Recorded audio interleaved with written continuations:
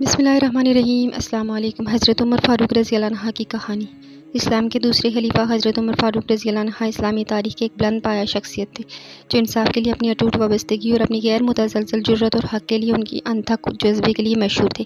حضرت عمر فاروق رضی اللہ عنہ نبی صلی اللہ علیہ وسلم کے 13 سال بعد مکہ میں پیدا ہوئے۔ وہ ایک ایسے خاندان میں پلے بڑھے جہاں جو طاقت اور بہادری کے لیے جانا جاتا تھا۔ شروع میں وہ اسلام کے سخت خلاف تھے، لیکن ایک تبدیلیوں کے بعد وہ اسلامی پیغمبر کے قریبی ساتھیوں میں ایک بن گئے۔ حضرت عمر فاروق رضی اللہ عنہ کی زندگی انصاف کے لیے ان کی غیر متزلزل لگن کا ثبوت تھی۔ حضرت عمر فاروق اکثر رات کے وقت مدینہ کی گلیوں میں گھومتے اور ایک عام آدمی کے بیس میں ناانصافی اور غلط کاموں سے پردہ اٹھانے کے لیے وہ سچائی کی تلاش میں بے خوف تھے، حتیٰ کہ طاقتور مجرموں کا بھی وہ مقابلہ کرنے سے گریز نہیں کرتے تھے۔ عمر رضی اللہ عنہ کی انصاف کے لیے وابستگی کے بارے میں ایک مشہور کہانی لاکٹ کی ہے۔ ایک غریب گھرانے سے تعلق رکھتی ایک عورت روتی ہوئی عمر رضی اللہ کے پاس آئی اور اس نے چوری کی شکایت کی کہ اس کا لاکٹ چوری ہو گیا۔ عمر رضی اللہ عنہ نے اپنے محافظوں کو بلایا اور چور کو تلاش کرنے کا حکم دیا، لیکن وہ چور کو تلاش نہ کر سکے۔ انہوں نے خود شہر کی تلاشی لی، آخرکار انہیں ایک مالدار تاجر کے قبضے سے لاکٹ مل گیا۔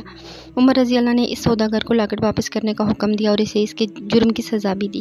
حضرت عمر رضی اللہ عنہ انصاف صرف انسانوں تک محدود نہیں تھا، بلکہ وہ جانوروں کے ساتھ بھی بے حد شفقت اور ان کے ساتھ بھی انصاف کرتے تھے۔ وہ اکثر ایک پانی کے کنویں پر رک جایا کرتے تھے۔ انہوں نے وہاں کتے کو لپکتے نظر آیا۔